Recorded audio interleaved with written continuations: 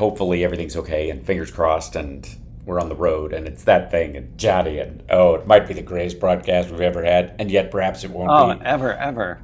Who can say? And my microphone. Ladies and gentlemen, can I please have your attention? And I need all of you to stop what you're doing and listen. Now, live from Chicago, the Hal Sparks radio program Mega Worldwide. I have come here to chew bubblegum and kick ass. Hal Sparks, actor, comedian, and multimedia personality. And I'm all out of bubblegum. Hal Sparks. All right, let's do this. These things are all true. Johnny Million, welcome to the show. How are you, my friend? Hello. My goodness, I'm in Durham, North Carolina, and it's as small as you think. I have to say, there's a reason why they barnacled it on. You know, the toss-up between the size of Minneapolis and St. Paul is really 50-50. Honestly, they sliced it kind of right down the middle, and they, you could kind of, that city could have been named one of either, and it would have been just fine. Yeah. And you wouldn't really tell the difference. Which part am I in? Am I in St. Paul or am I in Minneapolis proper? Raleigh, Durham, you can tell. Raleigh has the airport. Raleigh has the downtown. Durham is like, hey guys, wait up. Or I suppose, hey guys, wait up. Don't forget about me. I'm coming on down here. Wait for me, Spike. Sorry, yes. So it overall, good times. And an adorable place to stay. That said, if I may, Sexy Liberal show tonight, I have no idea what we're going to be talking about. It's almost as if the political world has stopped printing comedy this week. No. I think the hard part is... I'm having a genuine hard time keeping up.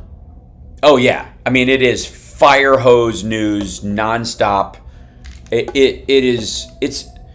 I've been making a joke all along this Sexy Liberal tour about, us having to rewrite our set. We always had to write new stuff. That's the nature of doing a live, politically oriented show in this era anyways. But now, we've all got 25 minutes, I think, each on stage, and we're having to, scrap basically the whole thing. Maybe we can keep one piece, I'll do Florida Man, and with the new updates on Matt Gaetz, obviously a couple of new lyrics coming to mind, as you do. There's new Matt Gaetz lyrics? What happened with him now? Oh, you don't, wait a minute. See, that's what happens. That's exactly what we're talking about. Okay, so there was a late night filing Thursday night in Florida court naming Matt Gaetz as amongst a group of people who were at a party where a 17-year-old girl was given drugs, and because a 17-year-old girl cannot consent in this situation, certainly when she's not under the influence, was sexually assaulted. Her mother dropped her off at the party. Matt Gaetz... Take care of your daughter. Yeah. Matt Gaetz is named as one of the people who had sex with her. And in the filing, not a Congressman one.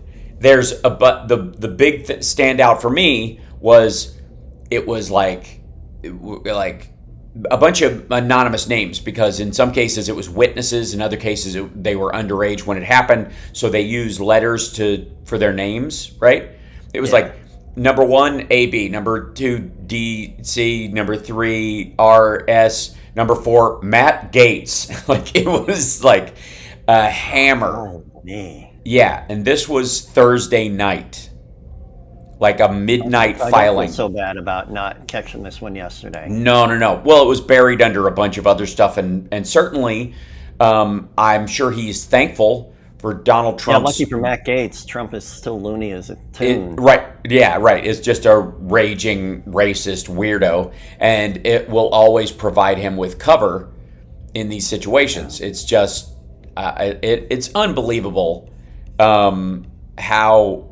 It just never stops. So this morning, I'm going to see if I can bring this up and play it, because last week, oh, by the way, last week Trump also launched his crypto. Don't know if you know this. He launched a Trump coin, essentially, and a thing called World Liberty Financial, which, insofar as I can tell, and everyone else can who's paying any attention whatsoever, is based entirely on the business model of Sam Bankman-Fried, the crypto billionaire who just got sentenced to somewhere in the order of like 75 to 150 years in jail for running a crypto banking scam, money laundering enterprise where he and his girlfriend gacked themselves up on anti-Parkinson's meds that they believed were nootropics that, no surprise, have all kinds of side effects, especially if you don't have Parkinson's, and ended up starting basically a sex cult where he was just spending money hand over fist that didn't belong to him. What on earth? And I'm dead serious. This is the business model of this thing. And Trump, and I would say Don Jr. and Eric saw the money that Sam Bankman-Fried was making last year before he was arrested, before he was sentenced, and said, we should do this too. Oh my God, look at the money this guy's making. And they went all in on this kind of business model and started this DeFi bank, this decentralized finance vehicle called World Liberty Financial, based entirely on the same kind of concept and on the architecture of an app called Doe Financial, which is another DeFi thing for crypto bros. So, yeah, Doe, which should have been the actual name, because a month and a half ago they were hacked and lost $2 million of their users' money, and they didn't even have that money to start with. It was yeah. Well, the guy who was running Doe Financial, Trump hired him to run World Liberty Financial. Yeah, sure, of course. Yeah, of course. And that was, and he went down to, I think it was, I want to say Monday or Tuesday, went down to this crypto bar in New York, and famously made history by paying for his tab at this crypto bar with Bitcoin. Now, did he do it? No. Somebody had to help him by taking his phone out of his hand and showing him how you tap pay for stuff, the stuff that we're doing all the time, and perfectly teed up. Do you remember that moment when George H.W. Bush, I think it was in 1991, went to a grocery store that had a laser scanner? Yeah, and they'd had him. Yeah, they'd had him for half a decade at that point. You're just bleeping stuff over the stuff and counting it that way, right? I mean, it was literally in the movie Inner Space, like like just running a product over using the UPC symbol. And George H.W. Bush, at the perfect time when he's running against Bill Clinton, a younger, more charismatic,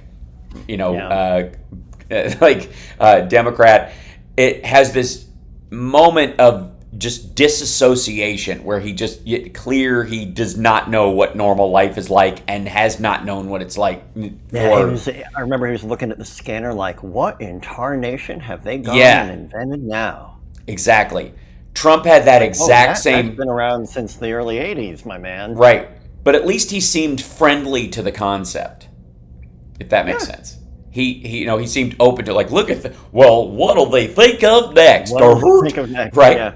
But Trump was just grumpy parent not wanting, can I just use my credit card? Like, or can I just give him cash? Nobody takes cash anymore. Like, he had that look on his face as they took the phone out of his hands and put it in front of the iPad that the waiter had the bill on. And then they swiped for him and clicked the thing, and it didn't work the first time. And then they did it again, and then they did it again, and then they went, it went through, like that. And And you could tell Trump's like, what is this crap?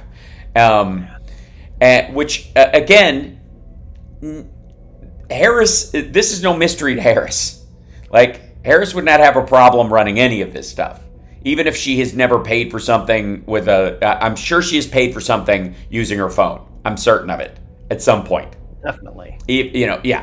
Because before she was vice president, that was a thing. And I'm sure they had campaign events where she had to pick up the tab and they used the campaign card that was on her phone. And you could switch to it and use that one, and then you scan to pay the bill or whatever.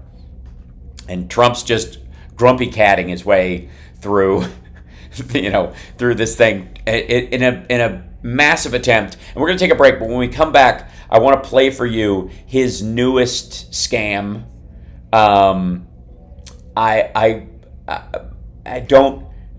think they had to do it just because he didn't understand the Bitcoin thing.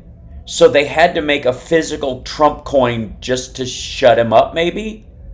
That's all I can figure out. We'll be back right after this. It's the Hal Sparks radio program, Mega Worldwide, now with 100% more Johnny Million.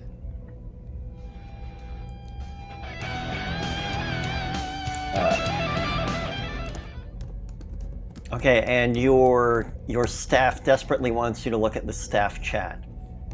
Okay. I will be right back. All right. My staff. That's silly. Okay. There's a. Oh wow! So that's amazing, Andrea. That's wow. Must have been an easy one. 30 seconds, gents. Thank you. See if this. I'm running out of screen space. I'm having such a problem now. Where's the audio? Where is it? Johnny Million. Welcome back to the Hal Sparks radio program, Mega Worldwide. Now, I gotta say, here, John. Well, I'll let the man tell you himself. Now, I'm gonna see. Yeah, so I'm gonna let me put us in preview mode so I can show the lovely folks on the interwebs what we'd be seeing here. There we go. There we are. Here we go, ladies and gentlemen. This is Donald Trump selling his new Trump coin. Hello, everyone. I have something incredible to share today. We are announcing the launch of Trump coins, a true symbol of American greatness. Trump coins are designed by me and minted right here in the USA. This beautiful limited edition coin commemorates our movement, our fight for freedom, prosperity, and putting America first. We always put America first. It's more than just a collector's. By the way, there's some super choppy edits in this that are pretty spectacular, I gotta say. It's a testament to the resilience and strength of the American people, our American patriots that we love so much. This coin is composed of 99.9% pure silver with a beautiful proof finish, and it's really something very special. Yep, there it is. There's the magic phrase, ladies and gentlemen. It's really something very special. Donald Trump, just so you know, everybody has a tell, right, Johnny Million? You know this. Everybody has a tell. Yeah. Everybody's got a little verbal tick. I'm sure I have one somehow. I'm not sure what it is, but if I knew what it was, I'd probably fix it so people wouldn't get to enjoy it. But in his is this. It's really something very special, or something very special is the key phrase. This is when he has no idea what in the ever-loving hell he is talking about. Whatever the thing is, whatever the product that he's hawking, if it's brand new and Eric or Don have talked him into it, he has no idea what it is, and he just do it because they just said we're going to make so much money on this. That was it. That's why. Special. It's very special. And this is no exception. It's one of those for the people listening on radio. It's one of those coins that comes in a little like felt box that has his face on it. I think he even says "my beautiful face." Coin comes with a certificate of authenticity. It's really quiet, Hal. Yeah, I know. Purchased a real Trump coin. I've seen a lot. Coins. Oh, by the way, one of the reasons they're selling it, he says, I've seen a lot of coins, Trump coins out there, but this is the real one. And basically, on Truth Sinkhole, he's playing catch up with all the grifters on Truth Sinkhole that are making money off of his likeness. Oh, there's so much Trump merch out there. Yeah, and it's a constant problem for him because they do nothing to stop the fraud. There's no I don't know why in the world you wouldn't expect this, because you've had the problem with knockoff hats and shirts and pictures and stuff like that. I'd imagine you'd at least make some level of preparation for it. Yeah. Beg your pardon. And so you'd think they'd think a little bit ahead, just a little bit, but apparently not. And so, if you go over to Truth Sinkhole, not only are there, Trump coins and Trump crypto and Trump bank accounts and like just stunning levels of obvious fraud, but there's like Trump brand ivermectin kind of stuff. Like, Trump Health. Yeah, the Trump Health Group, right? Stuff he has nothing to do with. And instead of just sending them a cease and desist, going, I don't stand by this is not something I would do, and, He's not like, that's an idea. I'll give that a try myself. Right. And then he doesn't bother. This is Mr. Super Businessman. Then after that, I don't get it. After he goes, I'm going to jump on this bandwagon, create my own version of this rip-off thing somebody else has created of me, they don't send a cease and desist to the people who were doing it in the first place. What chapter is that in? He doesn't pay his lawyers. Right, that's true. Right, touche. I think that's exactly it. He would have to pay lawyers to do that. But couldn't you do a cease? I mean, he yells $1,000 to get something like that. A few billable hours. You think he's been sending those cease and assist posts on Truth Sinkhole? He actually wrote cease and assist the other day. Oh my word. Which was it was just glorious. Do you think he's been doing those because he's been yelling at his lawyers about this stuff? You know what I mean? Do you think he's maybe he's going, send a cease and desist? Okay, that'll be about $1,000, like 4 billable hours, and we got to look through this and we got to draft it and all this stuff. And he's like, never mind, I'll do it. I'll do it myself. Cease said it, and he just goes into the bathroom, slams the door. You hear the toilet lid smack up really loudly. Then you hear a bunch of groaning and shuffling and probably fabric tearing and a belt being thrown across the room and the faucet being turned on and back off again as he leans against the counter for support. And then the toilet lid coming back down, and then the sound of him obviously sitting, realizing the lid is down and saying, oh, the hell with it. And then just a series of horrible noises.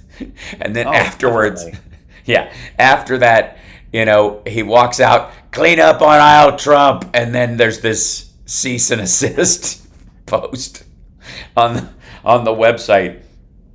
And it should come as no surprise that while Donald Trump's campaign of get in loser, we're going losing is really bringing the A game into this campaign by selling a bunch of crap, him golfing instead of doing events, him literally it's almost like so his all of his gatherings were on a hard fade audience wise. Like he's been very boring, But, you know, the enthusiasm was starting to wane. And then after a chunk of glass from his teleprompter clipped his ear, and God decided, I want Trump wounded, but I really want that firefighter dead, according to their logic, which is just horrifying. And they keep bringing it up without any sense of, like, self-awareness. It's just so nasty. That after that moment, he saw, kind of like after his indictments, a momentary influx of support from his, you know, his true believers came back, you know, and then for a minute. And it took about 6 days for that to fade. I think it was like 3. Even him showing up at the RNC with the band, that was the biggest audience he had was the RNC. And then it was almost as if his followers saw the audience at the RNC and went, people are going, I don't have to go. And his audience started to fade again. And now after this, the other attempt that happened this week, where this, you know, lunatic independent Vivek Ramaswamy, Nikki Haley Republican / independent, who apparently big fan of RFK's vaccine status stuff, who you think would have liked that Trump is now bringing him on, was going to take a poke at Trump, or was going to lay there and defend Trump because he didn't believe the Secret Service was doing their job. And again, we don't know. There was never a shot fired, right? This guy could have set up his own nest and said, I'm going to protect Trump because I'm worried about him being vulnerable. Completely as reasonable as the guy actually, planning on doing Trump in. In the meantime, lunatic, who cares? Obviously, you know, not a voting bloc that either party is concerned with. But there's been no uptick in Trump's crowd size after this one. As much as they've made noise about it, right? Now, partly that might be just Fox, because... I think I told you that I go to the gym and that I get to see Fox News at the gym because it's on far too many of the TVs. And today they were saying that, Kamala's got another, or Harris, they would never use her first name. Right. Harris does another softball interview. With Oprah, right? No, not the Oprah one. The thing with Wired, you know, where they do the Google searches. Right. Oh yeah, that was great. And that's just like a cute thing. I love those Wired. Yeah, the AMAs. Yeah. Ask me anything, right? Yeah. And so, you know, that's their ammo against her right now. Another softball interview. Can you imagine Trump on the Wired? I'd love if we were still doing virtual sexy liberal shows, like sketches for those things. That's what I would be filming right now. I would be dressed as Trump against a white background, getting questions. It's a very nasty question from Elon.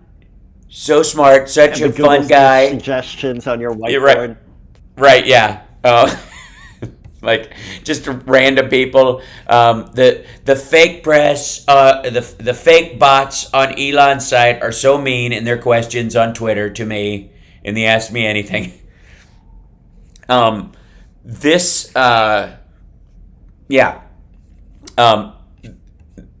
is so also on top, I'm like at a certain point, I'm like, oh my, like we haven't even covered like the policy stuff he thinks he's dropping. Like after no tax on tips, there's no tax on overtime, no tax on Social Security. What is it? The latest one. Like there was one more yesterday. Oh, vaping. He's going to make vaping. He saved vaping. I'm not sure where tax off of vaping or something. No, there was one point where they stopped certain kinds of flavored vaping to protect kids, right? Because that became a cause celeb among some helicopter maggots, right?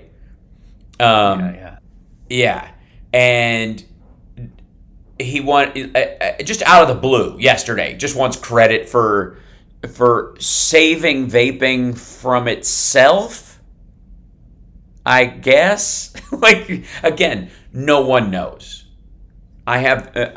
So many of us are like, I have no idea what in the ever-loving hell you're on about. Oh, we got to take a break. We'll be back right after this. It's the Hal Sparks radio program, Mega Worldwide on WCPT Radio, Chicago's Progressive Talk. Hit that like, patreon.com/Hal Sparks. And thanks for the super chats, folks. We're gonna mention some of those on our return.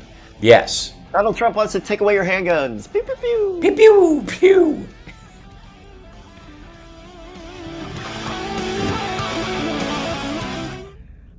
Man.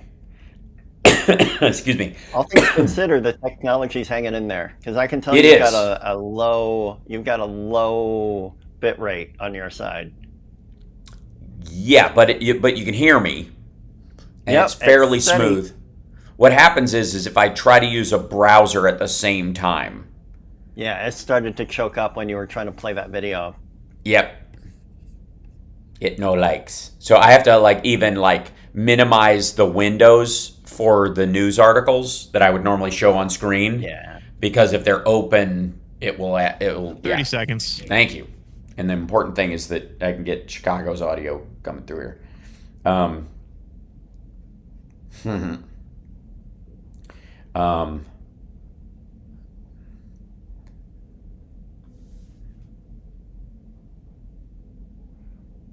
Let's get here. Oh, can you share what that the staff chat thing was? Oh, you're locked into the Hal Sparks radio program, Mega Worldwide. Welcome back to the show. So, little ditty about Trump and J.D. Vance. Everybody's in trouble and hates their pants. Listen, so yesterday, Trump shares a doctored image of Sean Combs. I don't like calling people their stupid username when they've been arrested for something as awful as this. Use the person's name, right? And Sean Combs was arrested on sex trafficking and money laundering and arms trafficking and all kinds of horribleness. And if a fraction of it has any legs, he's an awful dude. Well, that video, he is an awful dude. Did you see the video of him beating his ex-girlfriend that circulated a little bit ago? Okay. That, done. Okay? Yeah. Done. I don't want to hear from you ever again. And you know why? You know why? Do you have any idea how many talented, wonderful people there are out there in the hip-hop community or in the comedy community or actors who want to be famous or whatever who don't do this kind of stuff? Yeah. And those people, when they're allowed, will they ever be allowed back? Are we ever can they rehab their image? I don't care. There are enough people out there. Thousands of people who are better than them, who are good people. Exactly. All the artists that, had, the press eaten up with conversations about Sean Combs that while they had albums launching, right? And all the hip-hop magazines are the cover stories and all this stuff is about the awful that Sean Combs is involved in. The dude, on top of just being a scumbag, owes them an apology. You understand? That part drives me nuts. There are a couple of comedians out there. What was the doctored image? Oh, so the doctored image was Trump releases a picture of Harris and Sean Combs together, of her and dating party. Now, in response to the fact that there are a lot of pictures of Sean Combs and Trump together. There's this flood of Epstein-like photos that are popping up all over the place, and Combs has always been a big, Trumper and all that stuff. So I guess in response to that, he posts a fake one and then has to take it down, almost immediately. Brilliant move. Almost as bad, Johnny Million, almost as bad as him re-truthing, re-syncing, posting one of those, a video of Montel Williams and Kamala Harris when they were dating together and saying, this is Sean Combs, this is Diddy and her together. And even Montel Williams was responding by saying, hey bro, we don't all look alike. Just man, gross. And they didn't care. They don't care. They just keep cycling it through, and because it works with their crowd. So who cares how they know that it's confirmation for the lunatics that want all the awful stuff to be true. Right. So it should come as no surprise, and I hope it doesn't, that apparently with the Springfield, we haven't even talked about the Springfield, Ohio, spiraling story of, violence and bomb threats and garbage that the people of Springfield, Ohio have had to deal with because J.D. Vance and Trump decided to create a story where there was none. They keep doubling down. And again, also looking at the Aurora, Venezuelan gangs nonsense that that Trump was pushing. Remember? I don't even know about that. Okay, so there was video of 4 gang members allegedly associated with a Venezuelan gang, and there was another guy they believed to be a member of a rival gang in an apartment complex in Colorado. And so there was they basically kicked the guy's door in with guns. Not in the video I saw, no shots were fired. They seemed to be just looking for the dude, but one of them had a long gun, one of them had an AK-47. And so it was a news story, obviously. It was, just like any kind of gang problem that would pop up anywhere. But the story that sprawled out through through MAGA world was Venezuelan gangs have taken over Aurora, Colorado, and Trump was like, they're in the real estate business now. They own this building. They've taken over building after building after building, right?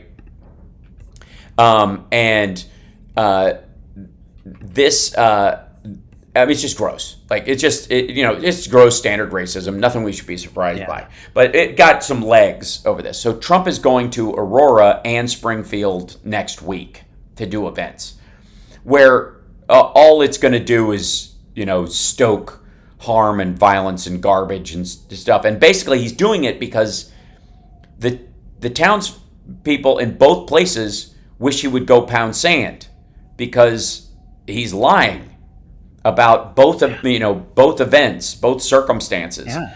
And he's vilifying these Haitian immigrants who have been there for a while, and who are working, who are there legally, who are, and a bunch of them, by the way, are working on state infrastructure projects and the like. So the state, in seeking workers, got a bunch of Haitian immigrants who had work permits and brought them in to stay there, but they didn't backfill the school system or any of that stuff for the rest of their families. I guess they thought they were going to roll in as, maybe they believed the whole military age mail garbage that Trump sells everybody, right? That they must be alone, and never factored that they had families like everybody else does, right? And they came in there, the people who have hired them to do the work are they're great workers, they're good people, they're dedicated, there's nothing wrong with them, right? So he's just going to go in there and stir up this garbage. And Aurora, Colorado, you remember what Aurora, Colorado was famous for before this story you never heard of, but a few people have recently? Remember the guy who called himself the Joker and shot up a movie theater?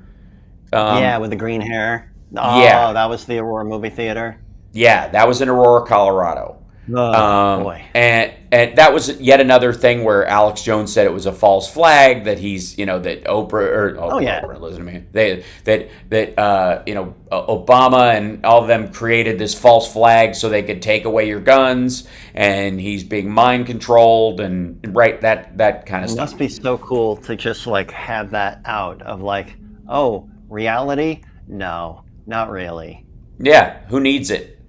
Instead of Robin Williams' Reality, What a Concept, it's just reality, who needs it? If it doesn't serve your purpose, just make something up. And in I guess you'd think that Aurora, Colorado would be a great example of why we want to get guns out of the hands of people who shouldn't have them. Let me tell you something. The average, immigrant waiting on an asylum claim, or any of the, there's no reason why they should be allowed to have guns or have the right to a gun under the Constitution in that regard yet. If they one day become a citizen, sure. But I would just like to say that unless there's special circumstances, like you are a diplomat or you're a diplomatic attaché or something like that, I'm going to go with, if you're not a citizen, the Second Amendment doesn't apply to you. Let's just start there. Let's just start. All right, so I'm seeing some stuff in the chat that I don't have a source, but people are saying that Trump is calling on Mark Robinson to drop out.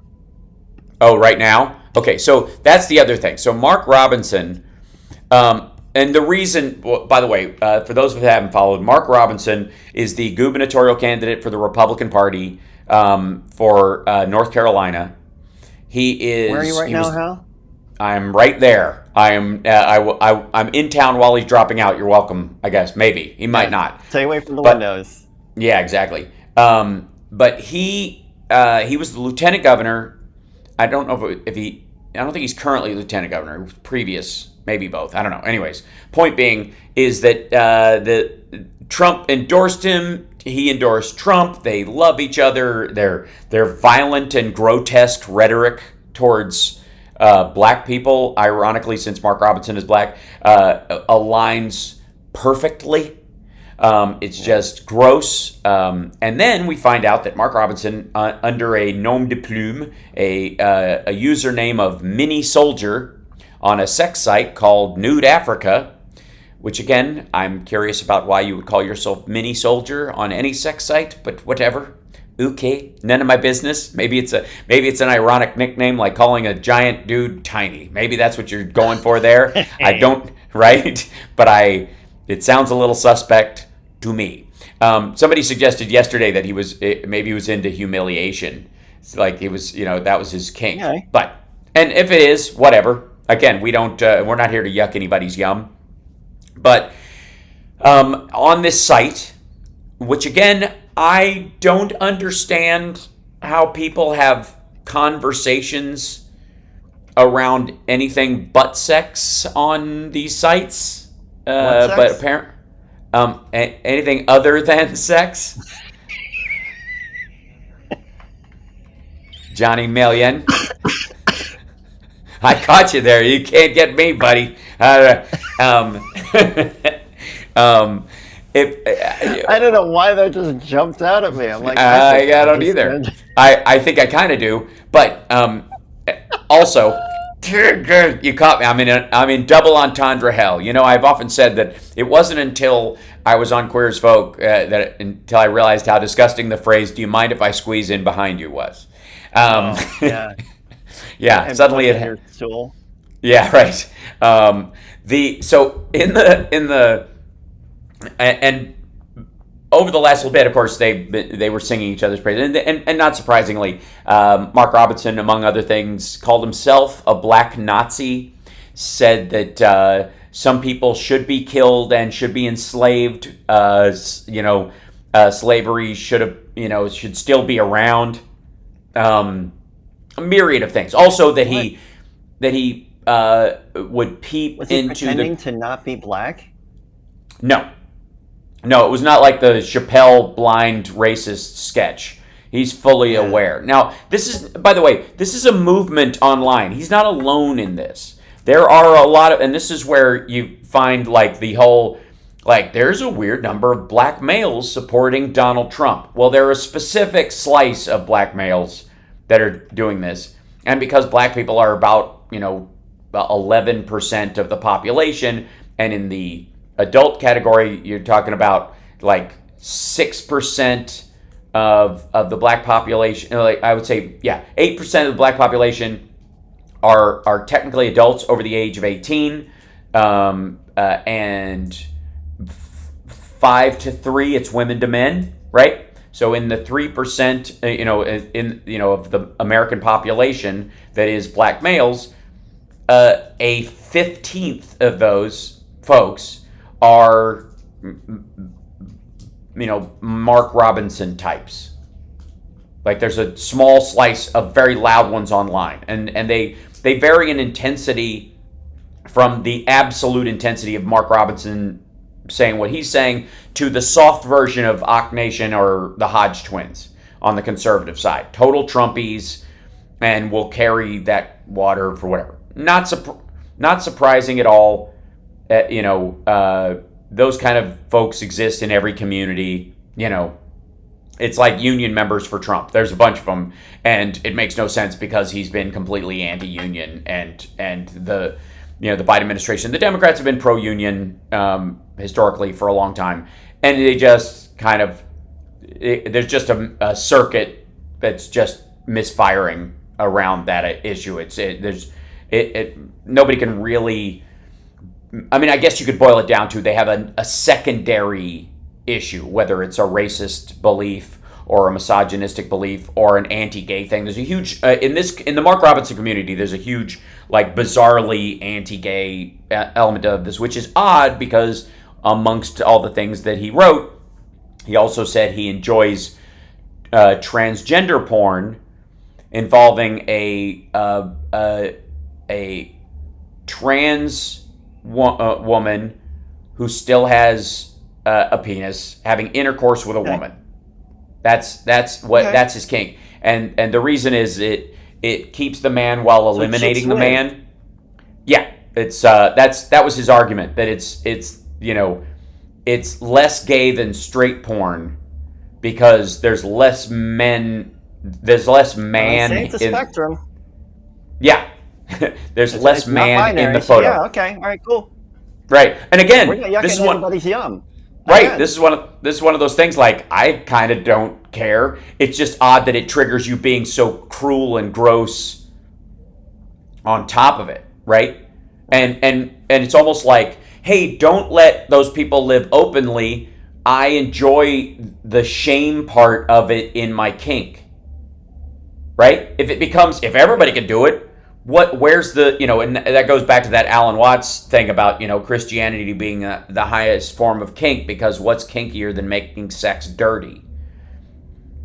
So, anyways, so Mark Robinson, well, I will check in on that, whether he's, during the break, whether he's going to step down. But the reason Trump is calling for it is because the Harris campaign released a video of Mark Robinson and Donald Trump just basically glad-handing each other repeatedly and being supportive of the exact same thing that each other believes. And he's not asking him to step down because he doesn't agree with him on everything. I mean, obviously, we don't know how Trump feels about trans porn, I suppose, but we certainly know that on every political issue, they are in absolute alignment. So that's not why he's asking him to step down. It's just because he got caught. We'll be back right after this.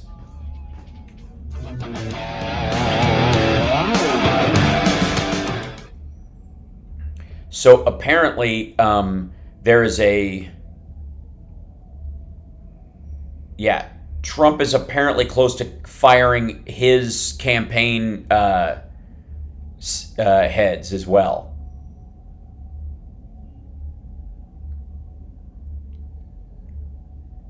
Yeah. Hold on, let's see if I can bring this up. Who's being fired? Trump's campaign, whoever's running his campaign, like Lewandowski. Oh yeah, I did. I was going to say 30 seconds. Back? Yeah. Thank you. Yeah.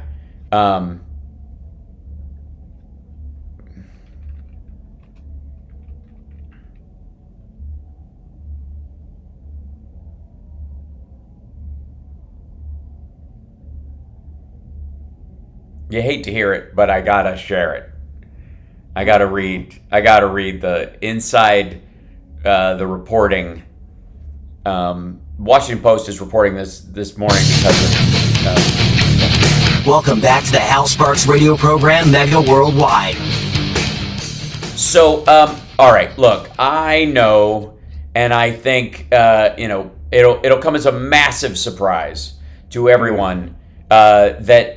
Considering how Trump performed in the debate, how he responded to doing a second debate, how he's kind of angrily, I don't know, bugging out online in these weird spurts of just random truth sinkhole posts, and in between bouts of selling the weirdest run of presidential, non-presidential, and personal and professional merch from a book called Save America that he didn't even know the title of while he was holding it in the little ad he ran on his site. He had to look at the book to check to the Trump Bitcoin and the Trump crap coin that he just sold, his own weird DeFi bank, again, based on an app that was just hacked, run by the exact same people who ran that app. A guy who calls himself the dirtbag of the internet.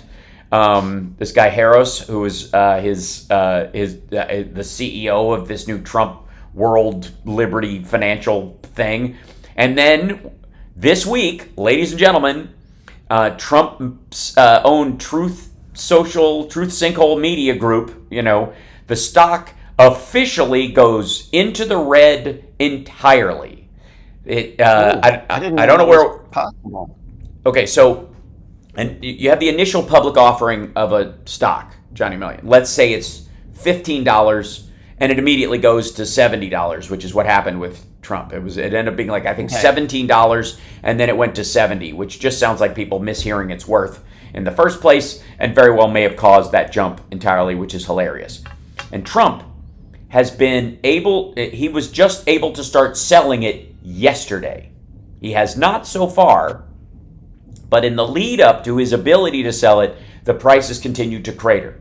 And the price they initially offered it to, or they established its worth point at before the IPO, was somewhere in the order of was $15, and the lowest it was $14.97. It dropped to that point, and then once they made a public offering, that's when it went up to $70, and then it's just started to cadaver ever since in fits and starts. Right, it goes up and down, and then over the last few months, it's just a slow decline into nothing. By the way, perfectly timed with the initial release of its actual financials. So let's not think that this is art to the politics of any of this stuff, or even his debate performance. That you can trace the fall of that stock and its precipitous directional fall of people trying to get out while trying to bait other people into buying it, using the greater sucker methodology to try and sell off their stuff before they just lose dime after dime. So it went down from $70 in the last 6 months to $13 and something. Somebody in the chat room will know. I don't want to bring up the page right now and slow my internet. I think I just saw $13.55. Yeah, $13.55. That's right. And it hit that yesterday. And that is officially below the lowest point it had before the public offering. So what that means is Trump's Truth Sinkhole stock is now officially red from start to finish. It is a loss all the way across. It is from the very first price initiative to now, it has gone down. Even if it went up in the middle, in the interim, and messed around a little while, it is now below its initial point before the public offering, the lowest point it actually hit. And there is, how they always go, this is not financial advice. This kind of is. This company has no value. It makes no money. It is in the hole. It is not even worth $15 a share. It's not worth $10 a share. It's not worth $3 a share. It is not a dividend stock where you can buy it and then roll that dividend back into it and just let it grow over time. It's not worth anything. And it's a product anyone can copy, and in a already flooded market. There are already 6 maggot online community sites, never mind all the Mastodon-based sites, which, by the way, this one is, Truth Sinkhole. The reason it was called Truth Social is because all the Mastodon sites in the Mastodon architecture have a secondary name for whatever you call them based on what they're going to be used for. And if they're going to be used for social media, you call them Sparks Social, right? That's how I would do it. I remember that. That's how it works. And so Trump used, illegally by the way, used the Mastodon architecture for commercial purposes without licensing it. and was dumb enough to actually call it Truth Social. Admitting it effectively in the name. That's, again, I don't know what page this is on in Art of the Deal, but if it's in there, they should pull the page out and burn it. So, anyways, it is officially it is officially underwater as of yesterday, right on the day when Trump can start selling, which is one of the reasons why I think it dropped as fast as it did below that mark, because everybody knows that the minute he starts selling, it goes to zero. Yeah. And he said he's not going to sell, basically artificially floating it, right? Just trying to keep it from collapsing before the election. Right. But bet your bottom dollar, folks, that after the election, he's going to start selling out on that kind of that thing to try and reclaim, because he owns 57% of the stock. So anytime it's above $3, he's going to make millions getting rid of it. But whoever buys it is going to lose their shirt. The only way people can save themselves is if he's got no takers, which again will cause the price to collapse, because somebody will, think, oh, I'll buy it just if the brand is worth something. It's worth 50 cents. Sure. So, not surprisingly, new report in the Washington Post, according to Susan Wiles and Chris Lasivita, who's kind of a moron, but Susie Wiles knows what she's talking about, that with about 44 days to go, 45? To go before the election, there is, the word they're using is tumult in the Trump campaign. Okay.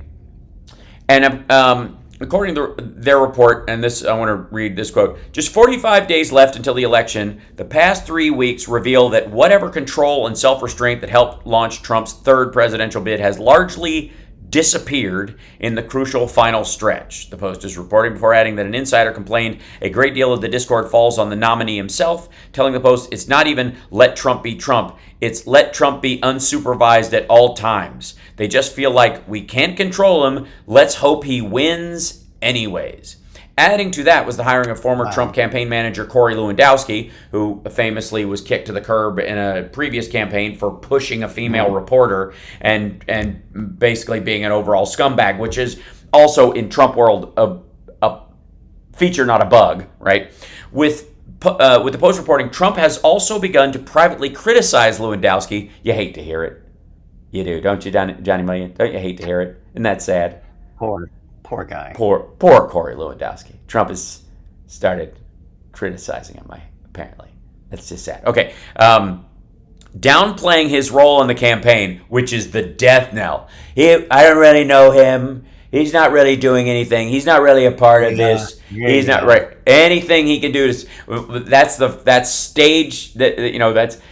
stage 2 rocket launch where they just kind of eject the booster, you know what I mean, and pretend it was never attached. Downplaying his role in the campaign and their relationship, 3 people familiar with the comments said, privately, Wiles has told allies that it's been difficult to see the close-knit, disciplined operation that she helped build face such tumult and infighting in the final months, and that the past few weeks have been among her least favorite since joining the operation in 2021. And keep in mind, that's a woman joining a Trump campaign. If these are the worst moments, imagine what the good ones are like, considering how women are treated in Trump world. Campaign advisors have also been battling for weeks over sending out mailings to voters, according to multiple advisors. Trump is skeptical of the strategy entirely and would prefer to spend the money on television ads, the people said. While there have been disagreements over how much to spend on mail and what the messaging should be, the report notes, before adding, allies have grown concerned that Trump and the Republicans are being outspent in almost every state, some by large margins, and the Democrats are far outraising Republicans. Yes, they are. Like, that's not even a question. The article is Trump and his campaign enter a turbulent phase in final weeks, and I gotta say, it's all him. He's terrible at this. We got to take a break. When we come back, Philip Ittner will be joining us from Ukraine, and again, movement there, because I think they're feeling day by day better supported by the administration and the next administration. We'll be back.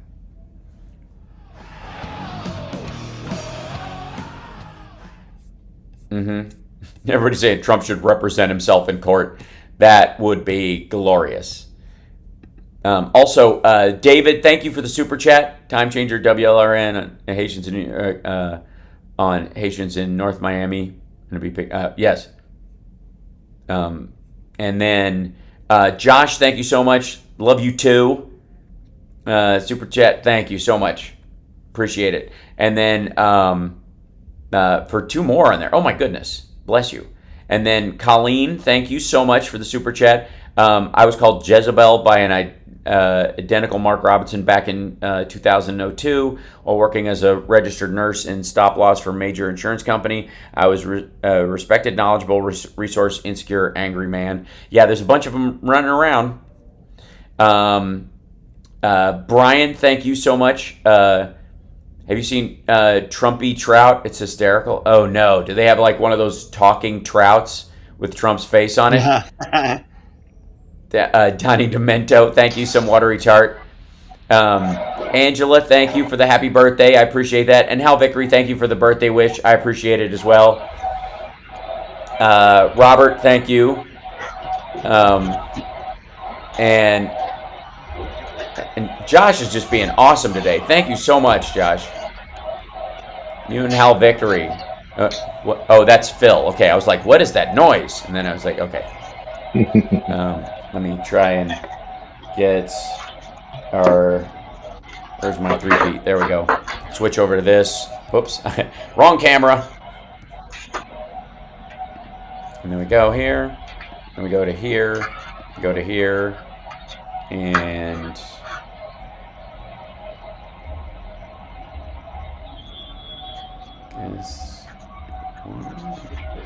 Where's... You should be in... Oh, Phil, are you... You're on the... hold on. That's not Phil. That's me. Hold on one second. On the wrong, yeah, you're on the wrong link. That's why. Hold on.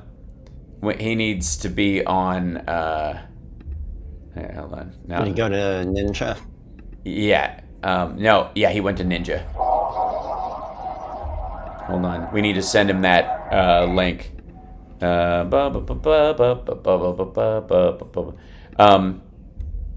Phil, can you hear me? Or he may have signed off and gone to that other one anyways. Hold on. Yeah, maybe he heard you enough to do that. Great. Where's the... Oh, there it is. Yeah. Yeah, Andrea, can you send him that link if he doesn't have it already? He should, but Andrea's here in Durham. She came down to see the show, so I feel bad having her have to do the Where's the Guest Shuffle. Look, Phil, I gave him the link you gave. Okay, great. Cool, so hopefully he'll in just a second. As you do. Hey, there we go. That's it. Yay! Ta-da! Excellent. There he is. Hey, Phil. Welcome. Good to see you, brother. Now he's in. Are we in a break? Or? Yeah, we're in a break. We're good. Good. Yeah. How are you this fine morning? I see you have power. That's a good sign. Yep. Oh, shoot. I forgot to do something. How much time do we have? We have a couple minutes. You're okay.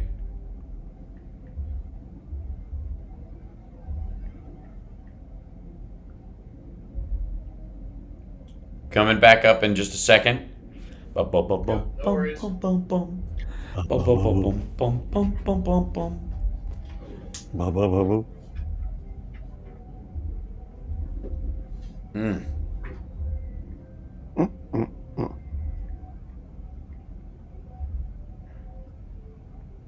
Man, oh Shevitz.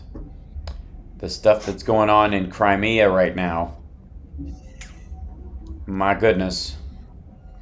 I haven't seen anything this evening. Is something new happening just now? It's explosions in Crimea. The Russians are saying it's an attack. Whether it is or not is immaterial. I think they want to, they're trying to ratchet up this like they're attacking us on our territory. Well, dummy, Crimea isn't your territory. Don't believe us? Ask Turkey.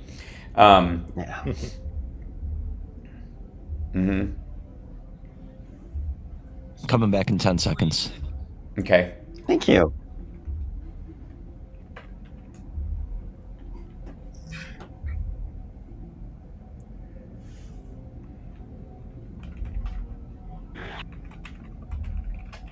You're listening to the Hal Sparks radio program, Mega Worldwide. I've had people walk out of me before, but not when I was being so charming. Video streaming at halsparks.com. I don't care for you if the putrid sludge you're troweling out. Puss-faced little pimpstick. True progressive talk. Might be a good time for you guys to give up. Welcome back to the show. It's Hal Sparks radio program, Mega Worldwide. Johnny Million has a live stream, It's called It's Johnny Million.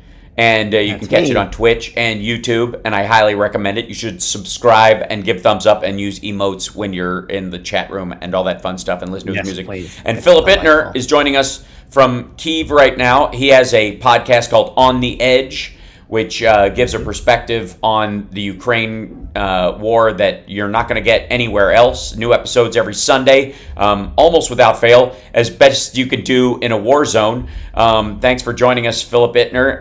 Ittner Philip on X and Philip Ittner on the rest of your on Threads and other stuff. Follow along with that as well. Now, let me start, Philip Ittner, by saying I am very excited about this week's episode of Hal Sparks radio program Mega Worldwide with you joining us, because sometimes it feels like we talk about Ukraine as if it's something that's happening far away, and its politics obviously intertwined with ours because of Trump and because of the Russians and because of their support for him and that kind of stuff, but there's still this kind of disassociated thing. But since the fall of Tenet Media and the DOJ filing charges against these right-wingers who were funneling money into, and by the way, they were funneling it into left-wing organizations as well. The division is the goal. They don't support either ideology. That all they want is the destruction of the country. And the sooner people recognize that, the sooner they will distance themselves.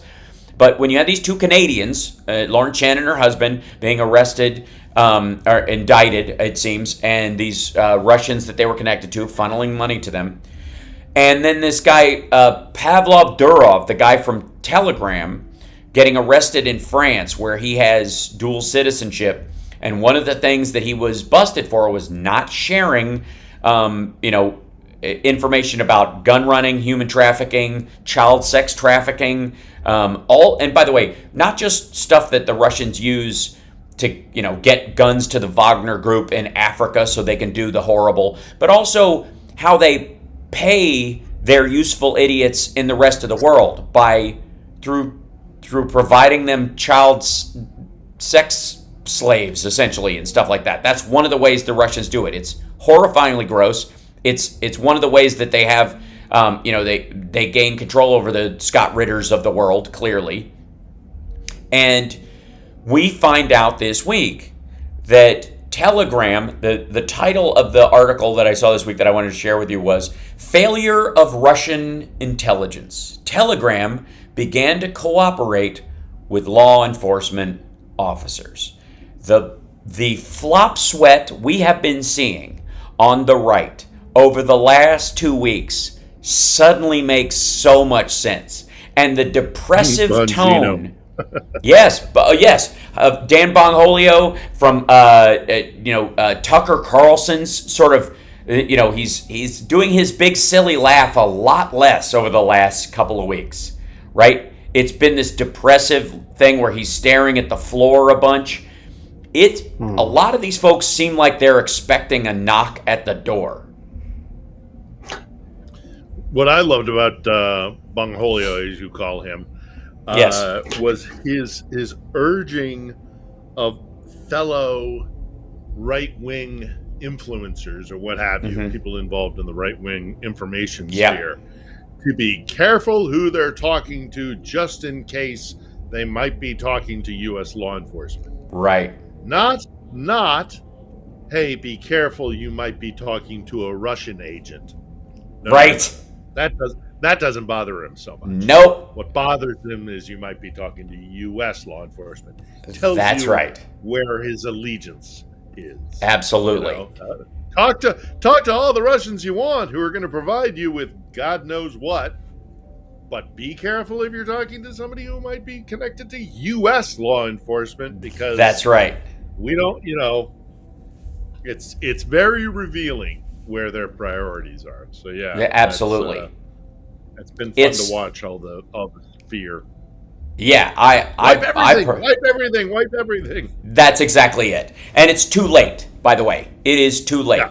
You are closing the barn door after the horses have run. After the horses have bolted. This is exactly what's happening. By the time and thank God, again, I am always saying people need to be so thankful that the people running this, influence operation in the United States and who were behind January 6th and who support Donald Trump and his run are some of the dumbest, weakest, most gullible morons that have ever been involved in politics, finance, or espionage, and thank God for that. Yeah. Because if they had two brain cells to rub together, some of them do, and that's why they won't get caught, because they know enough to cover themselves. They have a disavow, conversation with whoever their handler is and go, hey, if I get caught and you guys get caught, I get to say anything I want, right? Just to distance myself? Yeah, totally fine. Just pretend you don't know us, we'll pretend we don't know you. And that's been the methodology for a long time. But in right-wing media, it's a huge thing. I mean, look at Tim Pool right now. That's his tactic. It's not working. It's very ham-handed and stupid, but that's the tactic. And it seems clear that he got permission, that he's not a true believer of the Russian system or the Ruski Mir, so he can say whatever he wants, unlike Simonyan or one of these other folks that if they did anything similar and distanced themselves after something fell, they'd get pushed out a window. Well, and I think the other thing is not a matter of intelligence, but what motivates them. And right. If what motivates them is either greed or grievance, because they see America moving in a direction they don't like, mainly, that white Christian males are no longer just, mm-hmm. the protected red class carpet is rolled out. Exactly. Right. Just on those merits, right? If you're motivated by grievance or by greed, you do stupid stuff. You end up doing stupid stuff. Mm-hmm. Smart people put their motivations to one side and are laser focused on the objective they want to get. And then also, yes, a lot of them are just stupid. Right. Yeah, right. Well, that's what I mean. Is like you could tell. Or both. It's not mutually exclusive also. Right. And what I would say is it's beyond it not being mutually exclusive. It's the perfect storm. We have, ladies and gentlemen, I submit to you, a perfect storm of conniving and idiocy, of a malevolent desire for the destruction of democracy, and a sidecar of moronic lack of impulse control. And again, thank God for that, because without it, we'd be in deep trouble. And the whole thing about the white Christian nationalist movement in America, that tends to be evangelical, Baptist, mm-hmm. Some of the more. Anyhow, what I love about that is that they don't understand that Russian Orthodoxy looks at them as satanic cults. Right. They don't. Wow. Western Protestant religion is seen by Russian Orthodox religion as literally satanic. Yeah. They see them as and that also goes for Catholics as well. But they particularly have this thing about the evangelical movement. To be fair, they also have a thing about the Pope. But regardless, one way or the other, right. What anybody that's not them.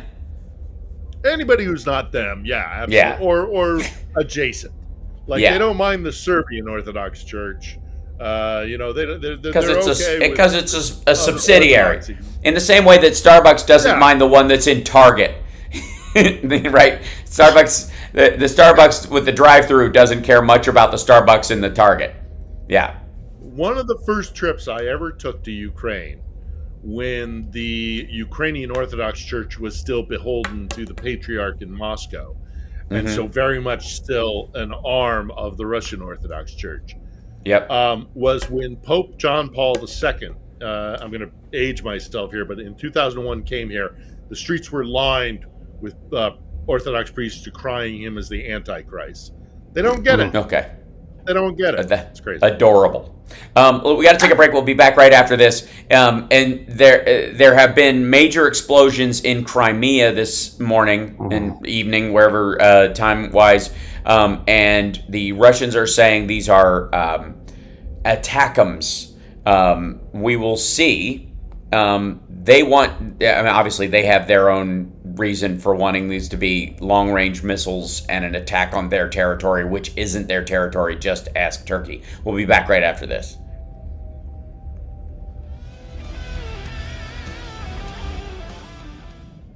Attack'em sounds a little bit like a lunch meat.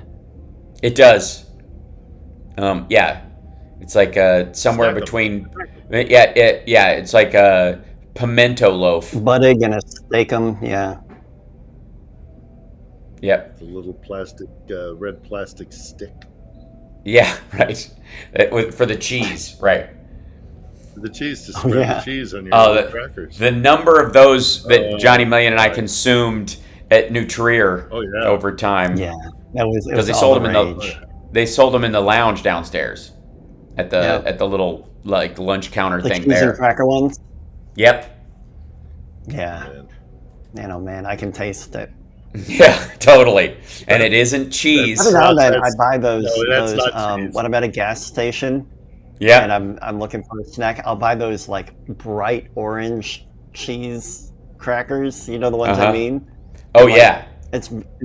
They're so cheap and they just immediately dry your mouth out entirely. Right. But I love them. You know what I enjoy? The Quest protein version.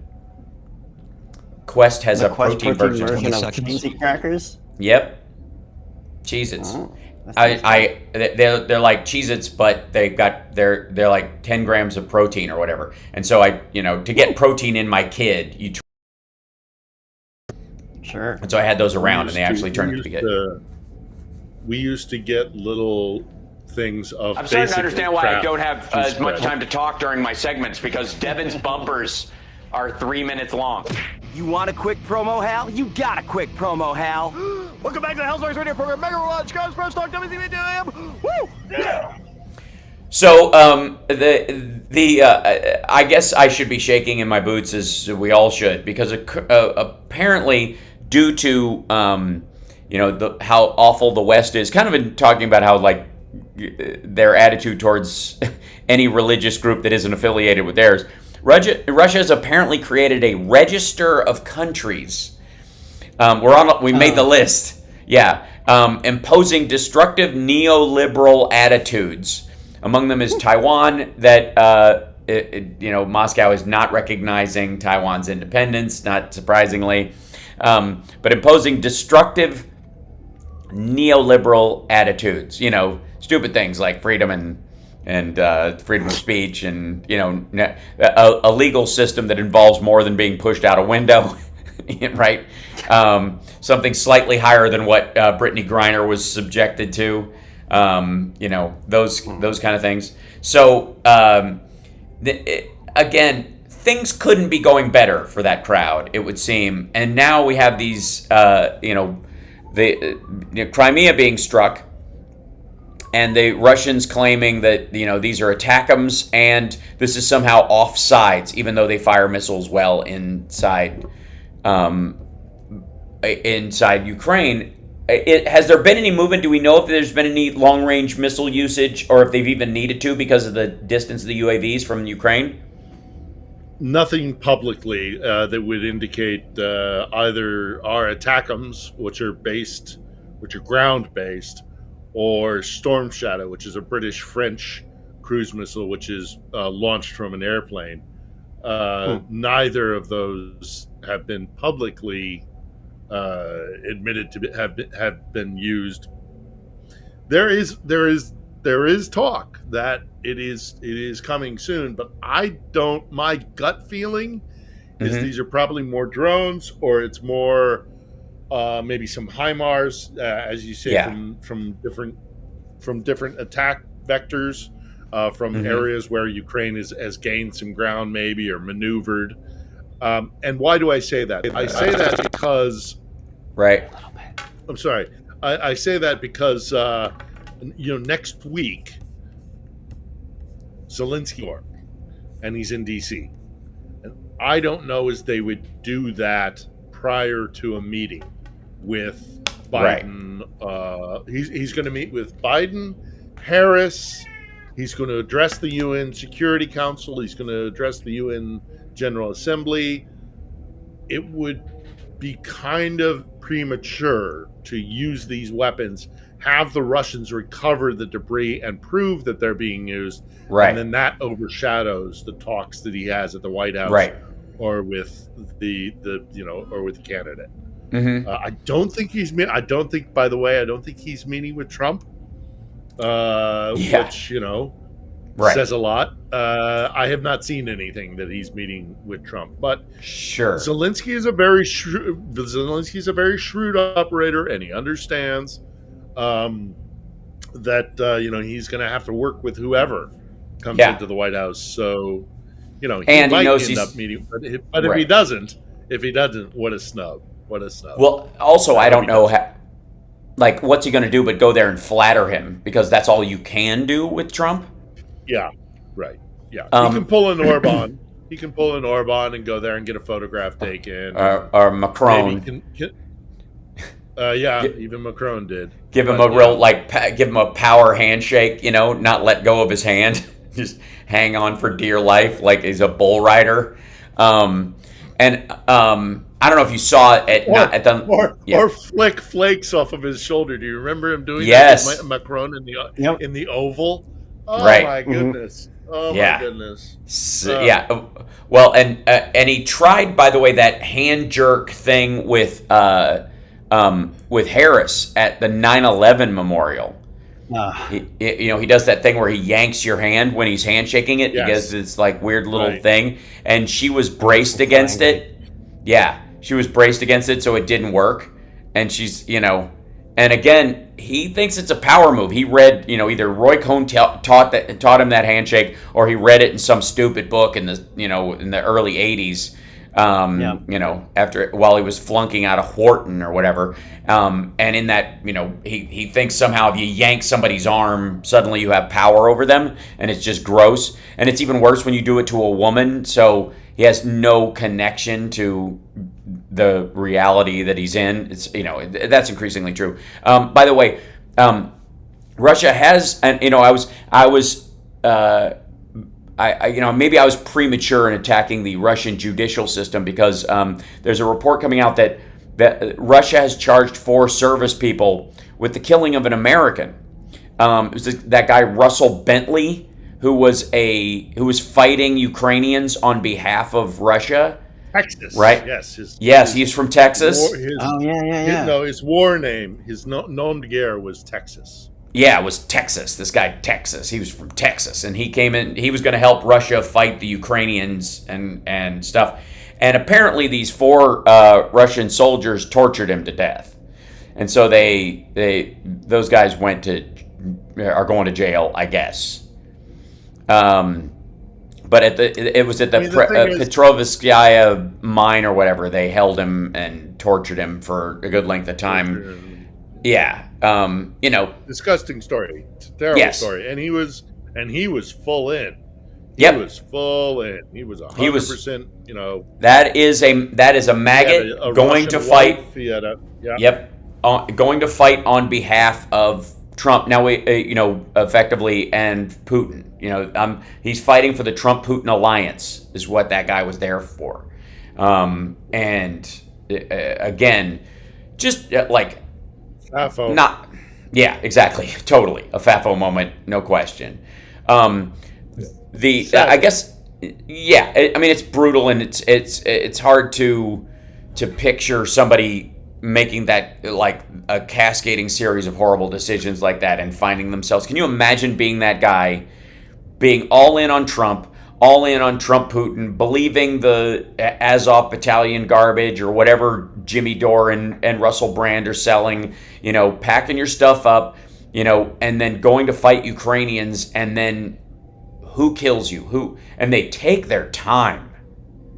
Yeah, they tortured him. They tortured him. Yeah. And so anyways, those guys are being charged. And I would argue not for the act of torturing the guy, not for the act of killing the guy, but again, for the bad press. Yeah. That's why. Well, that's why they're... Yeah, Russia's in quotation marks legal system is only a weapon for one powerful person to use against a less powerful person. It's the pretense of law. And I mentioned this movie quite an awful lot, but I'll mention it again. If you want to get a real good insight into a lot of different aspects of Putin's Russia, but including how the court system is used as a weapon and not as a legal system, check out the movie Leviathan. There's a movie called Leviathan, and it's a tough watch, but it touches on this topic. Surprisingly, Russia put it out and even put it up for an Oscar, I think in 2008, I want to say it was. Might be later. This is part of the problem, and it's part of the reason why Ukraine is fighting so hard. They're going to have major overhaul of the Ukrainian judicial system and the legal system. Sure. At some point, because it is derivative from Russia. Right. They're going to have to do it, and I've had a brush with the Ukrainian legal system because I got burgled. So I was like an eyewitness to the guy who burgled my apartment. So I went through the legal process, and it's a mess. It used to be called a Byzantine form of law, which is you have so many codes and so many laws and so much paperwork that it's overwhelming, and so there's even contradictory laws. And it's all baloney. It's not about law. It's about exerting power. Right. And whoever has the more powerful lawyer who can influence the court more than the other guy, he wins. It's a sham. So yeah, you're absolutely right. These four guys didn't get chucked into jail because they murdered a person. They got chucked in the jail because they brought bad press onto Russia. That's right. So the other thing is, and we got to take a break in a couple of minutes. I want to remind everybody, this is Philip Ittner you're listening to, and he's got a podcast called On the Edge. Check it out on his YouTube channel and anywhere you get your podcast from, I suppose. Is it available on Apple and Spotify and all that kind of stuff as well? Is it an audio podcast? I'm still working on the strictly podcast version of things. So it tends to be just the video vlog for now. Gotcha.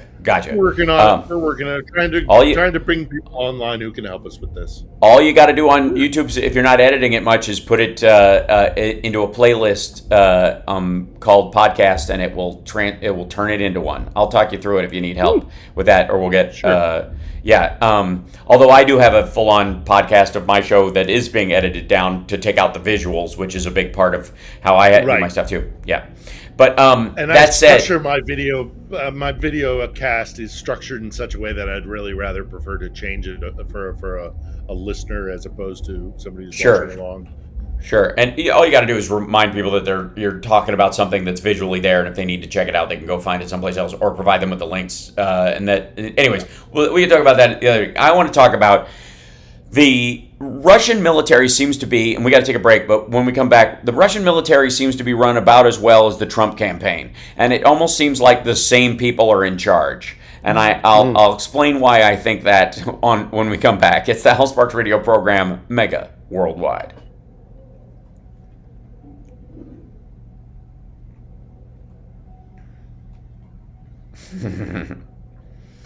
I don't. We got any more? We got 2 minutes. Chicago. Minute and a half. Okay. Nope. I think we're good. Phil just figured a minute's enough. 30 seconds, something like that. I think he's just checking to see if, there's unexploded ordnance on his porch. Who's going to do the cleaning up? Everybody's going, Flora! in the chat room.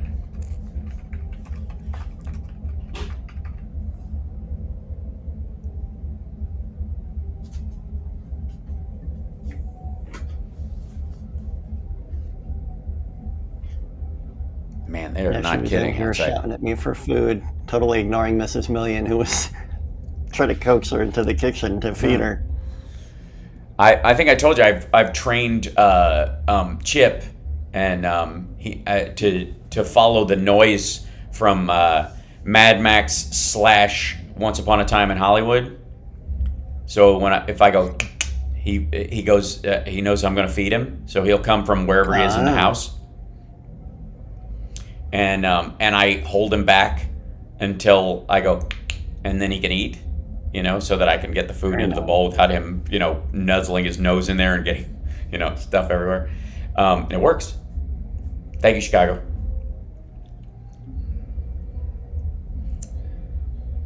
I don't think Flora could hear it.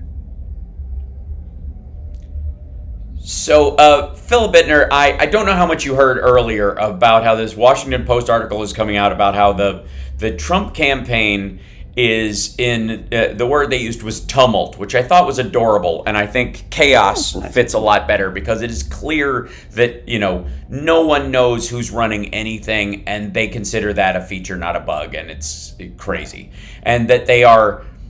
when they do discover there's a giant gaping hole in their campaign or, operation, they fill it with some other resource that creates yet another gaping hole. And the reason why I think this is it feels like a Russian production is this article about how the Russians have been pulling the crew from their aircraft carrier, their one aircraft carrier that has been in dry dock forever, and there's the soldiers, the Navy guys that work on it are showing up dead in the Donbass. So they've been pulling these guys off of and turning them into infantry brigades when these are Navy guys, because this ship's never gonna go anywhere ever again. And my favorite phrase from it was, "We were surprised to see how quickly the Russian aircraft carrier Admiral Kuznetsov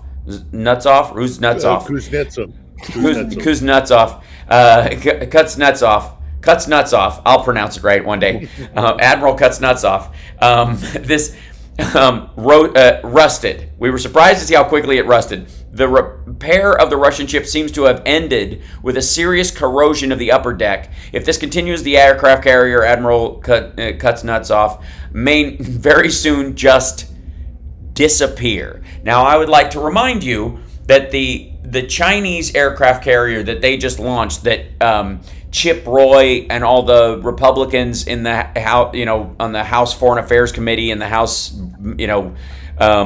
dear God, Biden's a stooge of the Chinese government committee or whatever they keep setting up, are all saying in the Chinese are going to eat our lunch conversation, that they've now got this huge aircraft carrier. Well, I'd like to remind everyone that not only is the Chinese aircraft carrier that they're talking about a direct copy of the Admiral Kuznetsov that we're just we're talking about here, but it has a giant crack in it because it's got one of those curved ramps on the front of it, so that gives the planes a little lift when they're taking off, and they didn't properly anchor the base of it, so basically the weight of the end of the ramp is pulling on the structure of the boat and cracking the hull across the top of it.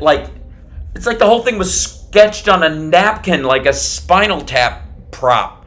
And it's based on this other one, which is permanently in dry dock, and they've now sent the crew that is never going to serve on this ship that would probably sink if they put them out anyways, into the Donbass, handed them a rifle and said, "Congratulations, you're now Army."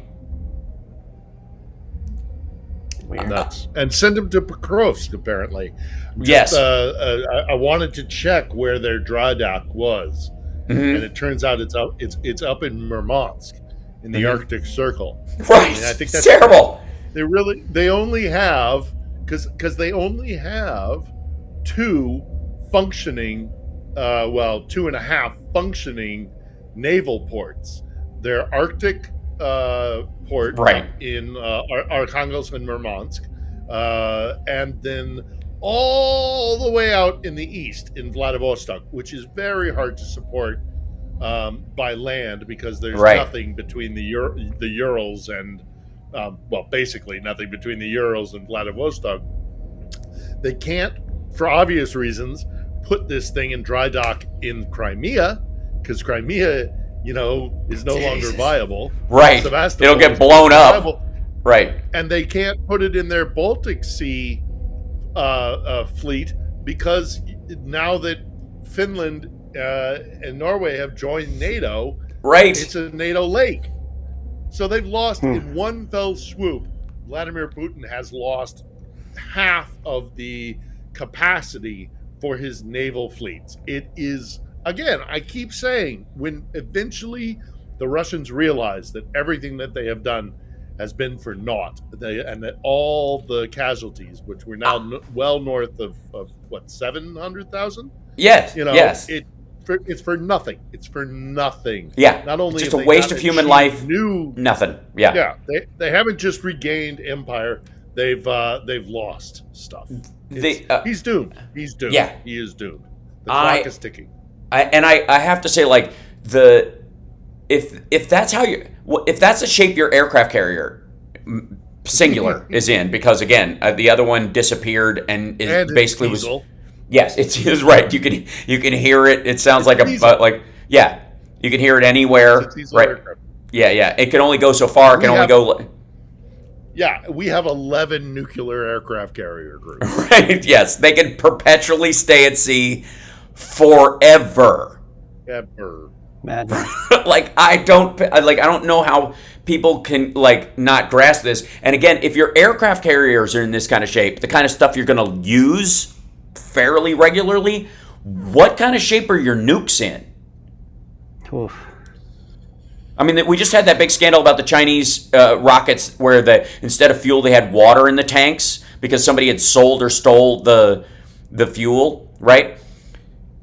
Where do you think they got that idea? I'm dead serious. Where do you think the guys that were in the CCP, that were in charge of the missile program, who sold off the rocket fuel because we're never going to use these, this is just stupid, we're never going to launch these, we never do, they're always just sitting here, they're full of fuel, somebody will buy it, and then by the time they want to use them, we get another shipment every so often, I'll just backfill it in there, I'll make it, we'll dilute it, it'll be half water, half fuel, and then we'll work its way back up again, nobody will know. Where do you think they got that idea? They got it from the Russian military, from working with these guys. It's it's stunning. I'm sure we have questions. Let's get at least one in before the break. Yeah. I'm sorry, Johnny Million. Because not at all. No, I've got so one from much Tim amazing Farrell stuff here. Would you consider having Colin Robertson as a guest, former Rebel News whistleblower who's been in Odessa since the invasion? I mean, sure. He's a smart guy. He's a relatively young guy. Yeah, sure. I don't see why not. Rebel News, by the way, is the Canadian. Is the Canadian, right? The Canadian,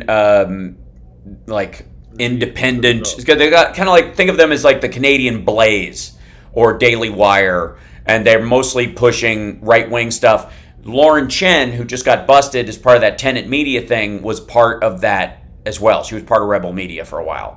Just saying. Oh, yeah. Let's grab another one, John. Yeah. Sure thing. This is from Connie Kelly. How does Ukraine feel about former Moldovan Army Chief of Staff Igor Gorgon being outed as a Russian spy, passing secrets from the army to them? Bad. They don't like it. Mm-hmm. Mm-hmm. Yeah, it's pretty simple. Yeah. By the way, it's like and ice is cold and water is wet. Yeah, right. This is what they do. Right. There and by the way, on the cuts nuts off aircraft carrier, can I also remind everybody that in 2019, when Trump was in office, it caught fire randomly. A soldier was killed. They lost power and had to tow it to the Arctic Circle. It was also in it was involved in Syrian exercises around Syria. Some of the stuff that they launched in Syria, that would eventually kill a bunch of our Kurdish allies, thanks to Donald Trump, also happened from the cuts nuts off. And that thing was damaged. They had three. I want to say, was it 3 planes went down? Two fighter jets launching from it just crashed because of the catapult system and poor maintenance and stuff like that. Just pathetic. And this is years before. And again, all the while, Donald Trump is saying, top of his game. These guys they're sharks. They know, I don't know whether they're scary or whether Putin is either a shark or a battery-operated boat. But either way, he's scary, right? Let's see. Let's grab a couple more because we can do them before the break. I think, Johnny. Sweet. Okay, so this is from Tammy Talpas. Has Phil seen From Russia with Lev yet? Hasn't made a splash in the Ukraine. Well, I have not seen that yet. That's on my list. It aired last night, right? Yeah, and it's in theaters right now currently. I spoke to Lev about it about 6 weeks ago. I'm keen to see it. I really want to watch it. So it's on my list. I will say, this is one of those stories that starts awkward and ends funny in some ways. That there was residents of Kursk were complaining about looting that was occurring during the current unpleasantness where the Ukrainians were coming in. They were saying there was a lot of looting. No Ukrainians were present, meaning that the Russian soldiers that were sent to protect them looted stuff from their homes and their shops and then left. Yep. I mean, again. And you know what makes it even worse is we're now starting to hear that Ukraine is setting up supply line. Yes, food for the Kursk people. And so the Russian citizens are coming to a Ukrainian center, registering, and you'll get a box of food every week on a Thursday. Basically an administrative center is being set up. Yeah. While to replace the stuff the Russian soldiers stole before they bugged out. Oh my God. Yeah, just consider that. Imagine the National Guard, during some sort of FEMA operation in Texas, stealing from people's homes, and then the Mexicans coming in and giving food supplies to Texans who hated Mexicans, maggots who were build the wall, build the wall. Maggots are suddenly relying on the Mexicans for food. That's the equivalent of this circumstance. It is gorgeous and it's mind blowing. It's every week there is something even more absurd and ridiculous. That's why I'm it is not surprising that the Trump campaign seems like it's run by the same people that are running the Kremlin ops. It's equally as dumb, self-defeating, egomaniacal, dismissive of actual needs of actual people, and then when they do finally get painted into a corner, the only thing they ever have is blame. That's all they do is attack each other and try to find somebody besides themselves to that was him. He did that. It wasn't my fault. That was Corey Lewandowski, right? That's That's what's happening in Trump world right now, and it's exactly what's happening in the Kremlin. And there's a reason why they're aligned, why Trump thinks they're brilliant, because he's copying their plan on almost every front. We have to take a break. When we come back, we'll have more questions from the chat room at infotainmentwars.com, patreon.com/HalSparks. Support the show if you would. Super chats are certainly welcome, considering it is my birthday week. I will be turning 55 on Wednesday. Very exciting.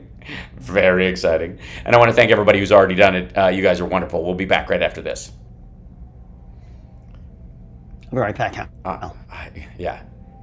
I have to say, Phil, like, I have been looking at the Kursk stuff is, I mean, from a PR standpoint, like, the Ukrainians are doing it. It's perfect. It's perfect. They've maintained the area. They are seen as the benefactors. They are everything Russia said about themselves going into Donbass is true about the Ukrainians in Kursk. And everything that the Russians said about the Ukrainians in what they were doing to the people in the Donbass is what Russia's doing to their own people in Kursk. They're looting their stuff and leaving them high and dry.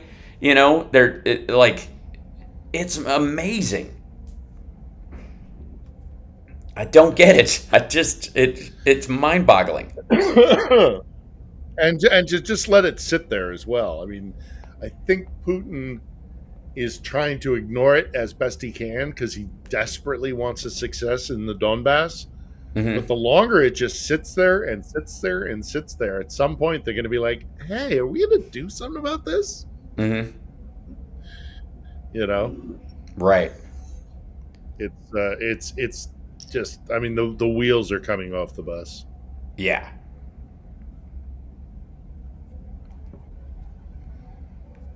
Yeah. Yeah, I wish I could show the video. I was trying to bring it up on here in a way that I could show the video of the ATACMS hit in Crimea. It's a huge explosion. But according to, and by the way, you and I talked on Wednesday about the ammo dump that was in where was it? Yeah, thank you. Yeah, Tver. Yeah, Toropets and Tver. Toropets, yeah. Yeah. And they've hit more. They hit again in Tver, and they hit in Krasnodar. They're going for. It looks like they're going for their ammo. Yeah. So the Russians have suffered, you know, not only their own bungling mistakes, but two of the biggest hits to ammo supply that I have ever seen in a wartime situation, certainly in my lifetime. Maybe back in World War II, there were a couple of moments where, you know, the Germans got hit or somebody hit Russia's stores back then or something like that. But we're talking full-on mushroom cloud because of the size of the explosion and the Tobolsk. Is that in the Tver region? Is that the same place? Yeah. So that was the big one. Yes, according to Estonia, in case people haven't seen it, you can see it on social media. The image is out there. It's a giant explosion, but a UAV from the Ukrainians struck, or a series of them. We don't, you know, it's hard to say. It wouldn't. Swarm. Yeah. But which ones?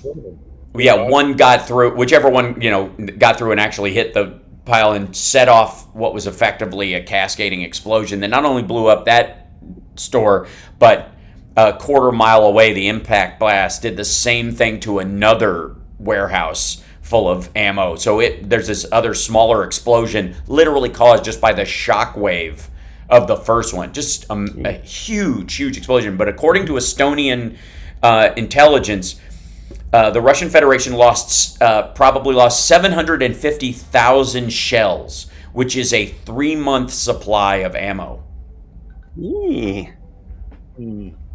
So big it showed up on seismic monitors. Yeah. You could see the smoke from space. And that means, you know, that's 350,000 shells that will not be sent our way. So. 750,000 shells. Yeah, 750,000. Yeah. So, Johnny, let's grab another question, if we could. Right on. Yeah, this is a second question from Connie Kelly. Can Philip comment on Can Philip comment of the major increase in radiation levels on the Norwegian side of the Russian border with Norway? No, I have no idea about that. Yeah. Other than them just... there's Connie always trying to trick me up. No, I mean, there's a lot going on, guys. She likes to demonstrate knowledge. Yes. Right, let's grab another one. From Nick Rich, is the munitions fire in Russia still burning? I think the one at Terapets is still burning. I would suspect that Krasnodar and Tver are as well. It's my understanding that Terapets in particular is still burning. Mm-hmm. By the way, so I know what she was referring to, by the way. So they're at both Norway and Finland have detected heightened levels of radiation along the border. They believe it is a leak from the missile test site at get the name right. It's traces of cesium. So they think it's leaking from the Burevestnik nuclear powered cruise missile testing facility. So they're working on this. They've been working on this cruise missile for a while. Now, it could be, quite frankly, the leak could be that they're continuing to test and do tests, and that's where they're getting the information from. It also could be that they've effectively abandoned the site and materials are leaking into the area because they've sent everybody who knows what they're doing there off to be an infantryman in Kursk or in like Kharkiv, around Kharkiv or something like that. They can't tell. They've been threatening to pop off a nuke to send a threat to the West. I would be stunned if that was the case in this situation. But they're very low levels, and they some of them could have been triggered. But they could also be literally left over from forest fires around the Chernobyl sites and stuff like that, which can release materials into the air again, and then it flows through because it's that. But the detectors are going off, and that's the point of concern. But again, they don't know. On nuclear power. You're starting to get up into the Arctic there, and the Russians really rely on nuclear power. The closer you get, the farther north you get, the more they rely on nuclear power as opposed to coal. That's true. But the cesium, would have been the kind of weapons grade stuff that they were worried about. But it's hard to tell because it's minute amounts. I wouldn't lose sleep over it quite yet. What else do we have, Johnny? Look, the fact that I hadn't heard about it, it's not making news there. Yeah, it's not making news here. So that's good. I wouldn't worry about it because it would send alarms. So if it was a serious threat of some sort of nuclear leak or a test explosion or whatever whatever it was, the alarm bells would be going off all over the place. So the fact that they're not leads me to believe that it's not anything to be considered overly, at least at this point. Right. We got about 5 minutes left, so let's grab some more questions, Johnny, if we could. Yeah, I've got a couple more here. This is from Lindsay. How is the Kursk incursion going? Are oligarchs starting to be discontented with Putin? Is that discontent enough to matter? Okay, so 3 separate questions there. Kursk is maintaining. As a matter of fact, it looks like they may be trying to maneuver or attack from a different area to maybe even kind of encircle some Russian troops. They're digging in. They're not giving any indication that they're going to be leaving. As I said earlier, they're even setting up administrative centers. So that's what things look like as far as Kursk. The oligarchs, I am sure, are getting very, very tired of this. They just, all they want to do is hang out in the south of France, send their kids to Oxford, or to NYU. So I'm sure they're getting frustrated, but they don't hold the power. The oligarchs aren't the power base for Putin. The power base is a group called the Siloviki, or the Siloviki, the strongmen. And that is from the intelligence community and the defense community, which, of course, also hate one another as well, because Putin likes to divide and conquer. That's how he rules. Brilliant. But they're not the oligarchs are not the ones at the controls. The Siloviki and Putin are the ones at the controls. Now, if that shifts, I don't know what that would look like. But then we might really see some movement here, especially if like soldiers or generals are being paid off by the oligarchy. That might be one way to chip away at that power base for him. And then the third part of her question about the oligarchs, is it a threat? Is any discontent enough to matter? Right. Are they going to do anything about it? I mean, we'll see. But again, power is still very much concentrated in Moscow. Yeah, nothing at all and then everything at once. Like that's, exactly. That's like, and again, that's been their history. Yeah, and it's kind of like the when Caesar was killed, is that everybody had agreed at one point, but nobody moved until the first person did, and that's a big part of it as well. Until somebody makes a swing and the rest of them feel safe enough to try and join in, and they're all part of it at once. So we either live together or hang together kind of idea, I suppose. But they're not going to swing and miss at Putin. When it comes, it's going to be over before we know it. When it comes, it's going to be swift and brutal. It's going to. I just saw an article to that point, Phil. You've been talking about for a long time that we are not really prepared for the end of Russia as we know it. In the same way we weren't prepared in '91. That for the first time in a while, I have seen those articles start popping up again. It's been about a year where they're starting to, talk about that possibility. One of the best episodes we have, last Sunday's episode with a security geopolitical analyst, Jessica Berlin. Fantastic pod. Fantastic episode. And in that, she said, one of the things we better start doing is start talking to the republics within the Russian Federation, especially those ones out in the Far East. Buryatia, Abkhazia, Ossetia, all those far eastern republics that will probably be amongst the first to break away. We better start talking. We better be talking to some of these guys already. And many of them have representatives and businessmen traveling around the world. Let's start talking to those guys now so that we have relationships with them should the Federation actually collapse. Because the center of gravity can't hold. That's right. I think we got time for one more question. Last Sunday's episode was great. Yes, On the Edge, Philip Ittner on his YouTube channel. Please, everybody subscribe to that. Johnny Million, I think we got time for one more question. One last one. This is from EO. Michael Douglas was supposedly in Ukraine. My question is for how long and at what capacity was his visit? Very quickly, he's part of what's called, I think it's United 24, which is a program raising money and support for Ukraine. He was here maybe 2 days tops. He did an adorable interview with Ukrainian television network in which they'd put on their back screen, they'd put New York and Kiev, and he was taking pictures to send. I'm going to send these pictures to my wife. Oh, do you mean Catherine Zeta-Jones? Yes, right. He was at the train station snapping pictures away.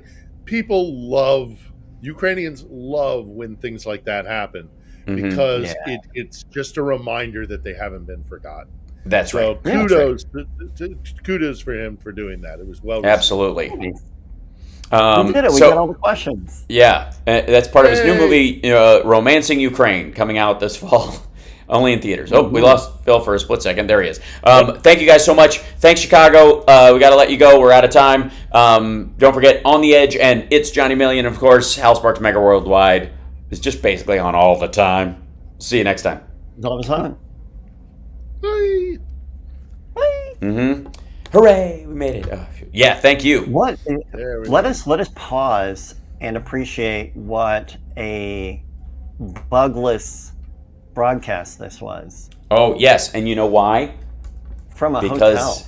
Because this time I did not rely on hotel internet, even though it tested higher, and I went with my little 5G box.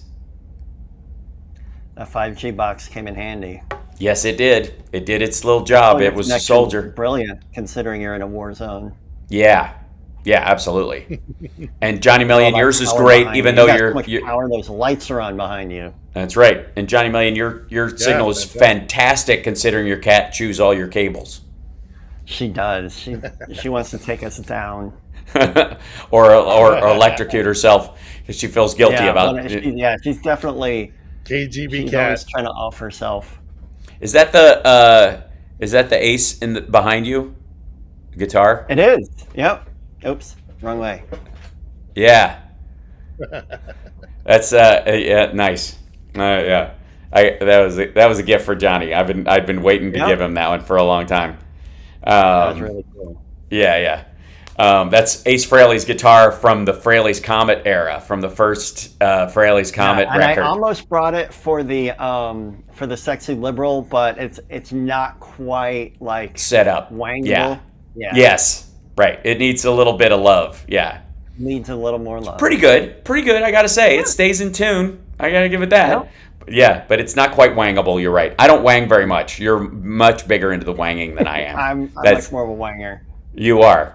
Yeah, you're a professional wanger, I think. I'm still a pro-am. Yeah, I get paid a little.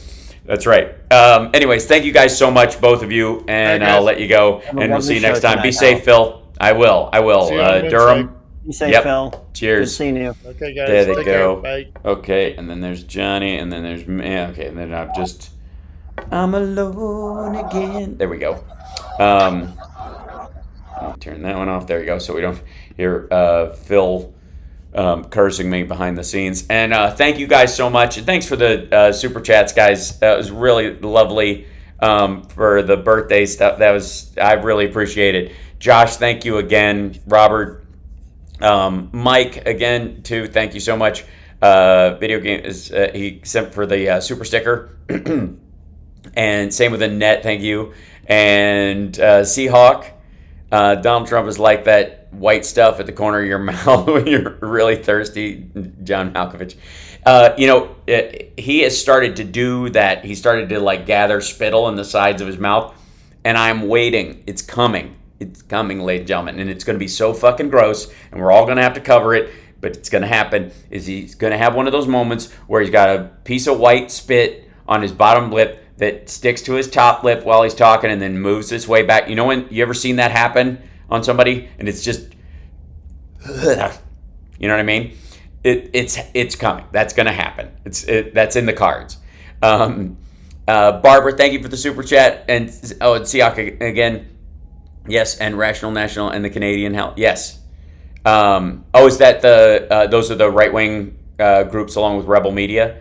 Thank you for the happy birthday, Anne. It's awesome. Quote Tony Michaels, I wouldn't shit you. You're my favorite turd. It's very nice. Thank you, Josh. Awesome. And Slava Ukraine and Harris Walls 2024 from Jerry. Awesome. Thank you so much. And then imagine you've done a put on DJT. Seriously. I'd had to buy some stock though, and I just wasn't willing to do it. I'm happy and I enjoyed it's just fun enough watching it fail. I was called, there we go. Okay, now I've caught up with the ones that I didn't mention before. I want to thank you guys so much. Can I just say, somewhere in the order of almost 6,000 chat messages just in the Ecamm site. That does not include other sites as well. In here, there's a bunch of, none of the Twitter conversation. I don't think I get to see I get to see YouTube and Twitch essentially in there. That's a lot, and I appreciate you guys. It's a lot of conversations happening, and I wish I could somehow absorb it all. I'm afraid that if I did, my head would explode. But it is, you're right, Kath. It is indeed the greatest live stream ever. Thank you for recognizing that, pointing it out, and she's absolutely right. This is, not just the radio show, but the live stream itself. Greatest live stream ever, and that ever shall be. Just letting you know. And if you can't deal with that, Kath and I can't help you. Sorry, just doesn't. Yeah, nothing I can do about it. It's just going to be great, and the next one's going to be even greater than that. Meanwhile, I got to go work on what I'm going to talk about tonight for the Durham show, because I live writing for this show is like sitting on top of a broken fire extinguisher and trying to write about the flavor of the water. Yeah, picture that in your head. Dear God.